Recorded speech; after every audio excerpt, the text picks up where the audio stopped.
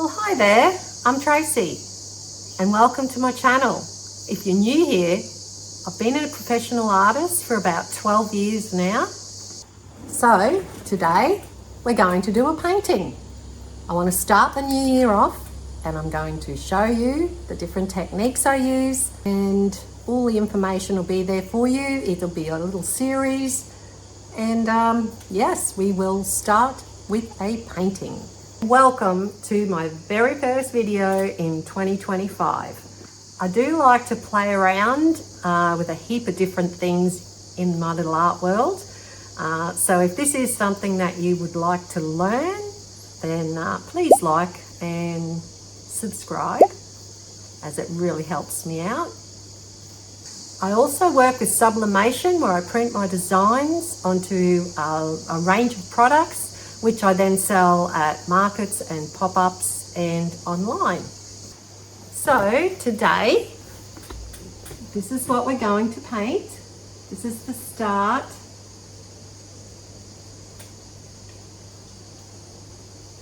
I just wanted to show you that it will be a series of videos. It would probably take a little too long to do it all in one session. It would take a fair few hours as there's drying time and stuff like that. So I'm going to be doing a series. We might get a couple in and then you can put the painting aside, just leave it there, look at it, you might tweak it, and then keep an eye out for the next video and I'll show you the step by step. I do show you completely step by step. So in the end, you will end up with something similar. I have had other ladies, they've all done this course earlier on. Anyway, for you guys, it is free. If you subscribe to my channel, it would be wonderful. And yeah, we will make a start now.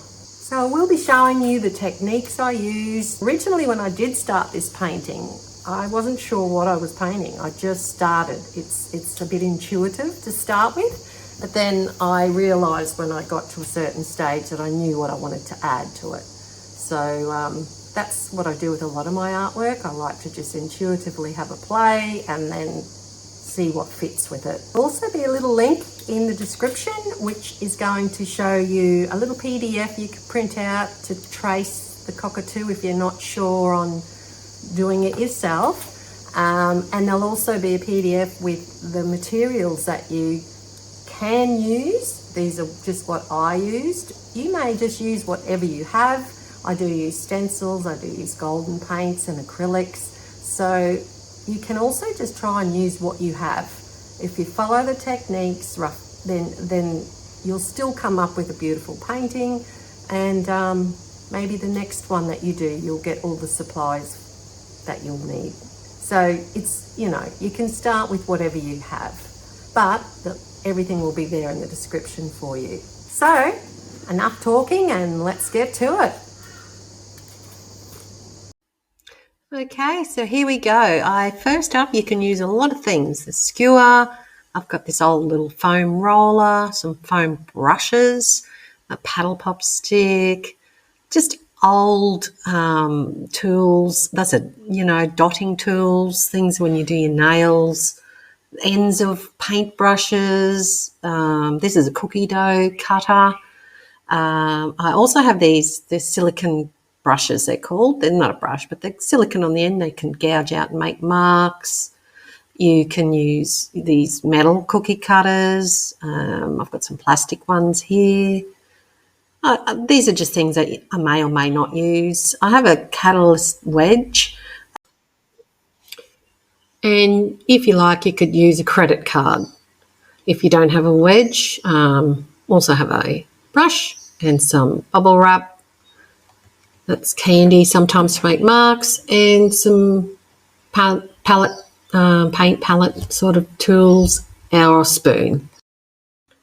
So then we have all the paints. I have a large range, and if you downloaded your free PDF, you will see all the paints, but you don't need all these. Bucket of water and a rag, a little spray bottle, and I'm using a 40 by 50, just a thin 2 centimetre board. It's only a cheap one, and it doesn't have to be huge, but you can use whatever canvas you like, preferably something small to start with as your very first one.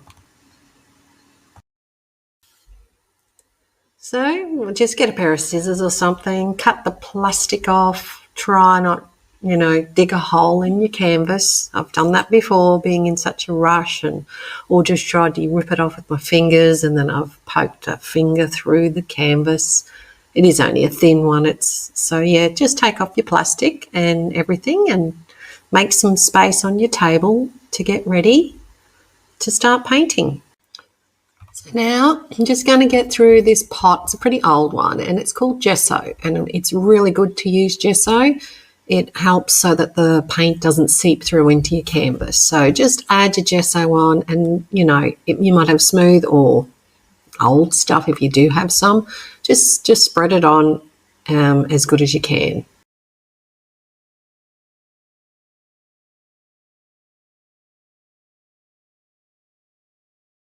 Okay, so we're going to start now. We're just going to grab a brush, any brush you have, and we're going to use permanent alizarin. I have an Atelier brand, which is a really good brand, but you use whatever you have. And I'm just going to be putting down a few blobs, you could say. Just squeeze it out of the tube, a couple of 3p full sizes or something, and squeeze it into a few areas where you'd like, just where you feel. Put it where you feel, or copy me. It doesn't really matter. And then we're just going to sort of spread it out roughly. However you feel. I do mine quite quick and rough, and it's mainly about getting it on there quite thick as well. I want to use this, in the background later, so I want it quite thick. And don't worry about the end result. At this time, it's all about just playing with the colour, the brush marks, just thinking about what you're doing. Don't worry about the end result. We are so far away from that it's not worth even thinking about. So now we'll use some Ruinide yellow, I think that's how you say it, and a few dabs of that on beside the other colour. It's right along the edge. That's where you want to put it. Then I haven't washed my brush. I am just doing the same, just brushing it right up against it. I fast forwarded here a little, but you get the point, so you can see how I've done that there. So next we'll add some French ultramarine blue, which I will just do the same and put it beside the colour, not on the colour, just beside. Put them in the 3 different spots, and then just paint them on exactly the same as the last 2 steps.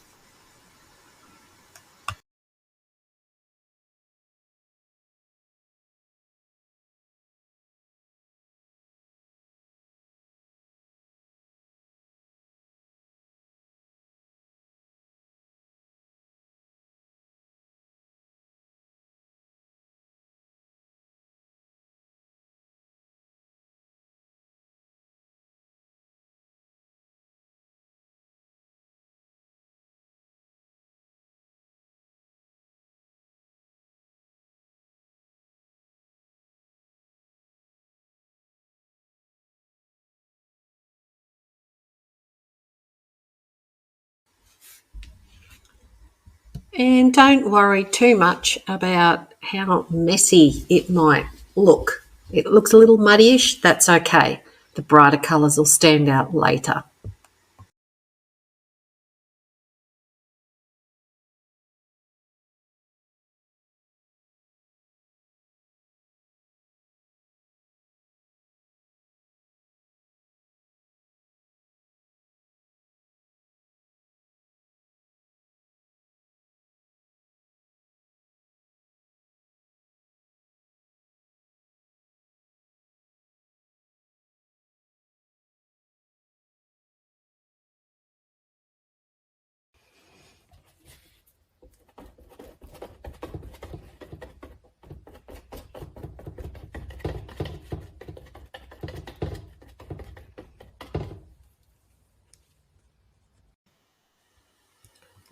Now we'll use quinacridone red violet and we'll squeeze it on the edges of what we've already done.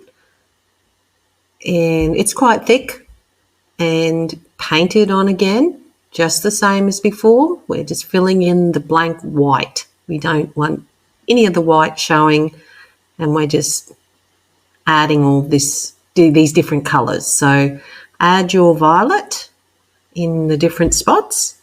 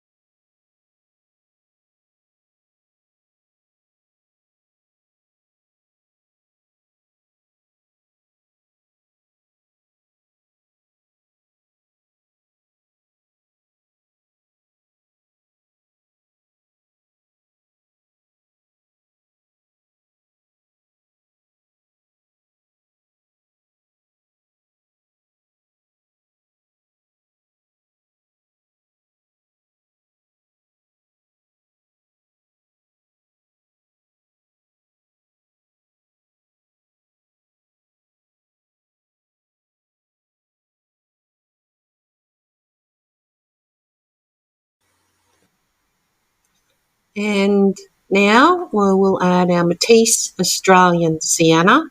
This is a colour that it is a little more expensive, but it's an absolutely beautiful colour. It works well with the different things. So we'll add this one on next.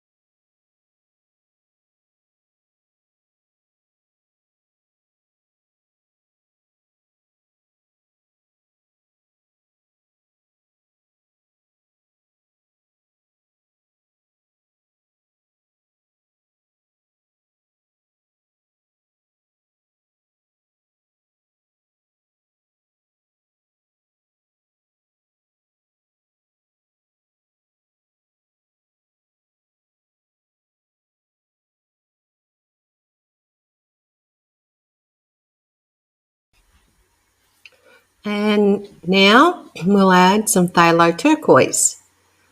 There's not much room left, so I'm just sort of filling up the last spots with this colour, which is a beautiful colour.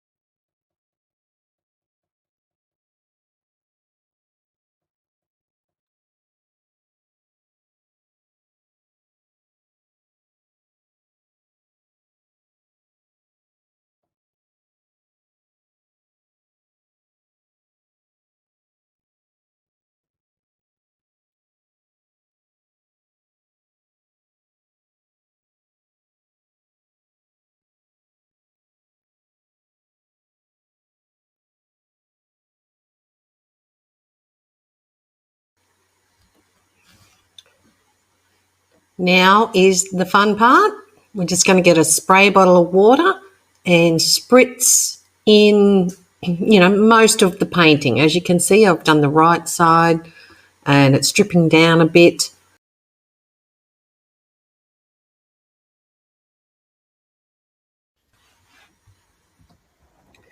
Now the fun part begins. Get your wedge or your credit card and just slide it and scrape over the wet paint. It'll take away the top layer and it leaves a bottom layer. This is such fun, and I just play. So, make whatever kind of marks you like. These actually look kind of leafy to me, so that's what I'm going to stick with. You can also turn your canvas around and do a different side.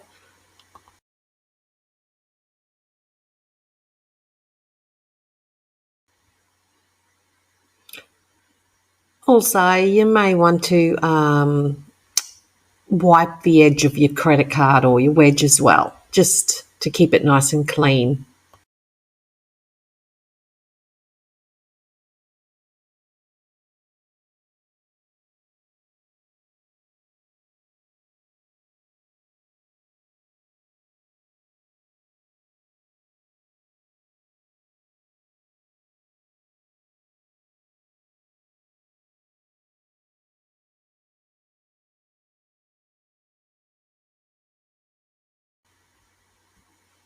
So there is no up or down or right way. I'm just making marks all over the place. So then we'll look at it later and decide what way looks best.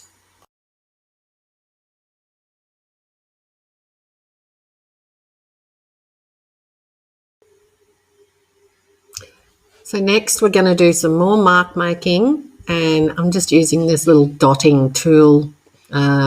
You can buy them from the cheap shops. I'm using a skewer.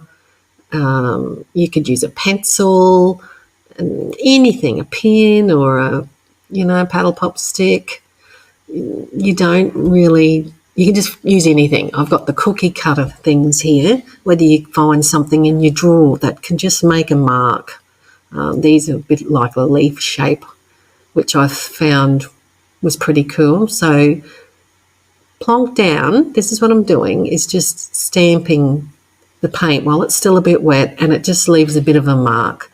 It doesn't have to be fully done, as long as there's a mark. It all adds interest into a background, so it's not just plain.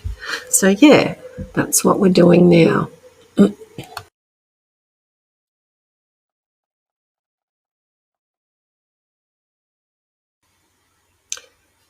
And you can do as little or as much as you want. You can put heaps on if you feel like you're enjoying it, just do it. Or if you only want to put a couple on and you're happy with that, do that. That's what it's about, what you're happy with.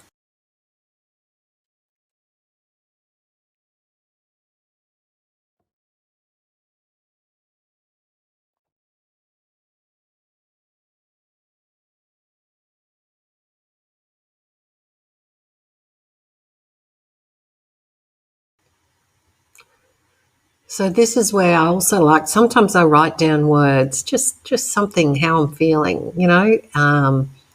it's some nice positive little words that are on there that will be covered over anyway, or you can have them showing. I'm only putting a couple on to show you guys, but you can write whatever words you like.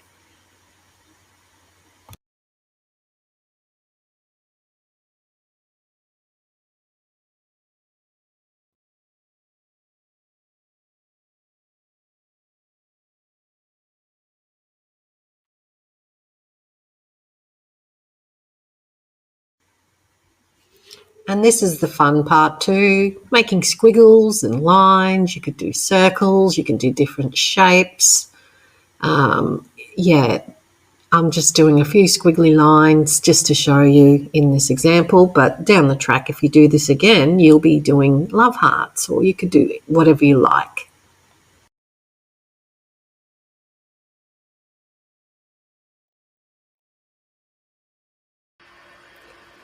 Now we have finished our module 1, which was laying down a background. Okay, well done, guys. I hope you enjoyed that. Now, this is for beginners mainly, and it's all about the process. It's showing you what you can do, and I hope that you enjoy the process. So that's the very first layers. It's always messy, and you know, we have other layers to go on top. So by the time you finish, you end up with a very vibrant, colourful, beautiful little painting that you've just learnt, and you can work on other ones from then on. So I will see you in the next video. Don't forget to subscribe. It really, really matters, and I love it when you do. Thank you. Bye.